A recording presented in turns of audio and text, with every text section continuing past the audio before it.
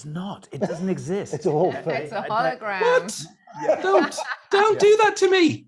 I was so excited before I even went into the cinema to have this whole Downton thing back. It's just everybody's excited. So we'll start with you, Kevin. I mean, loved you in this movie. I think this is the moment we have been waiting for. No spoilers, but I feel like your character comes into his own in this movie. Do you know what I mean? Comes out of his shell a little bit. Was it nice to play him this time around? Oh, it's always nice to play him. And it's always nice to discover new facets to him. It was a lovely surprise. I hadn't realized in the first film that he was such an enthusiast for the royal family, and I hadn't realized in this film that he was such a good writer, as it turns out.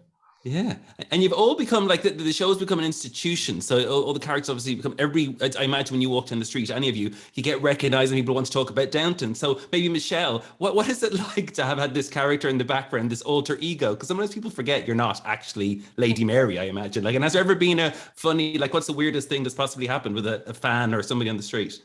I remember this one time in New York, and Laura Carmichael and I were together, and we were coming out of a restaurant, and we saw a mutual friend who was with friends of hers, and they were almost like upset that we were in leather jackets and jeans.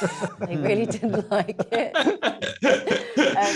So I think people find it really, you know, seeing us out of our characters and out of our costumes. You know, we look really different, but people are just so lovely about the show. You know, whenever we're approached, it's you know, it's always just, you know, how much they love the show and how much they've, you know, they're looking forward to the film or.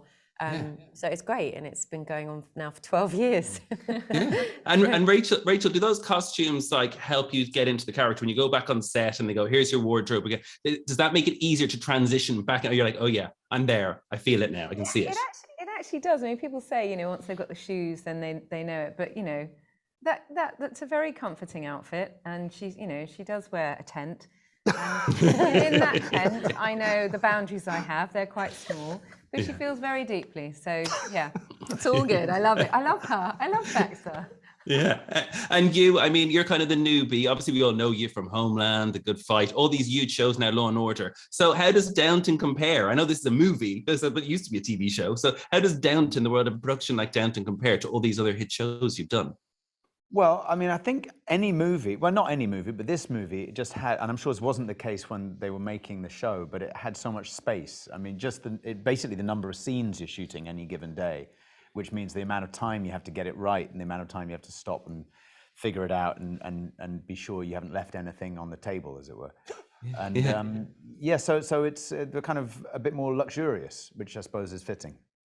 And were you welcomed with open arms? Do you know what I mean? Because a lot of people have been in the show since 2010. Do you know, like that? Were they like, "Hello, this is like with open arms in every respect, except literally, because we were full on COVID protocol. But in a metaphorical sense, yeah, they were lovely. They were all lovely. Okay. And Kevin, when you're back on set then, do you all just snap back into like the way it has always been? Are you like a family that comes together at Christmas in a way? Do you know what I mean? That you haven't seen all these people probably for a while, but yet, do you all get on and just get back into it really easily? Yes. I mean, it was a year ago that we made the film. This time last year we were doing it. And, you know, a year on, here we are again, sort of all gathered together again. And it's sort of like, it was only a few days ago, isn't it? So it's remarkably easy.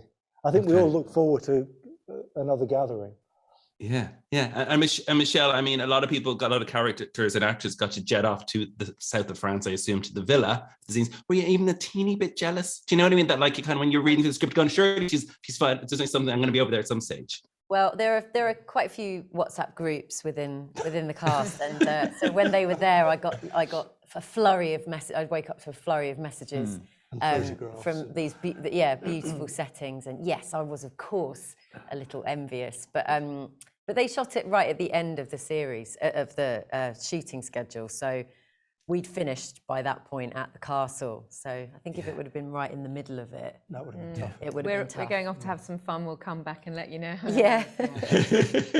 And your characters have all had obviously these arcs over the years. So when you first got the script, Rachel, do you race through to see what's going to happen to your character this time around? Because obviously, so something that's going to happen to each of you in each episode or each movie or whatever. So is it interesting to see how that arc is formed? And has it gone where you expected it to go? Well, I was certainly very hoping it to go in a certain way, and yeah, very, very pleased with the result. But it is exciting opening a new script, but I try to read it all together. I try to read it all as one go. I'm a human being, and I do sort of flick, but flicking never helps me. So it's better to read the whole thing. And I loved the film on page, and I like it even more on the screen. Okay, and for you, Hugh, being new, is Downton Abbey, is the place, is it as gorgeous and, do you know what I mean, as fabulous as we all see on screen and imagine, or is it like it feel more like a set? Because it is a real place, right, that they filmed this in, this proper building. It's not. It doesn't exist. It's a whole thing. It's a hologram. What? Yeah. Don't do that to me.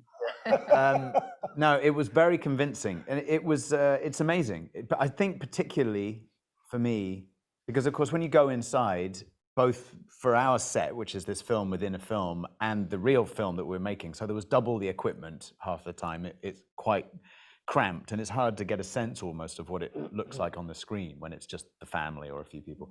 But the approach to the house is the same. It's, and I think perhaps that is the most beautiful thing about the house is the exterior. Okay. So yes, it's quite imposing.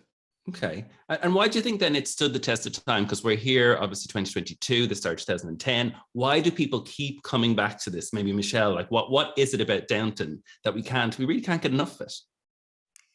Well, I think it's really comforting for people, and the audience out there who've stuck with it for this long. I think they perhaps enjoy seeing where their favourite characters are next and what's happening next. But I think there's so many ingredients that make it what it is, and it's hard to pinpoint exactly what it is. Yeah. And I'm sure the audience out there will have their own answers. But I like to think it's a comfort for people.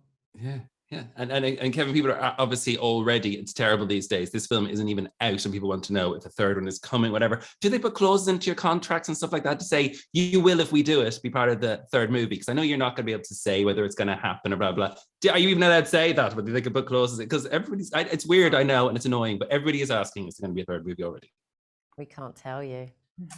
And it is remarkable, isn't it? It's remarkable that there's already an appetite for a third one and the second one hasn't come out yet. Yeah.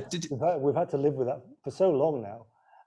Who knows? I mean, if the audiences turn up, then I'm sure there'll be an appetite for it, and there'll certainly be an enthusiasm at this end. Yeah. Well, listen, congratulations on the brand new film, and yeah, I loved it. Hopefully there is a third one. Thanks. Thank you.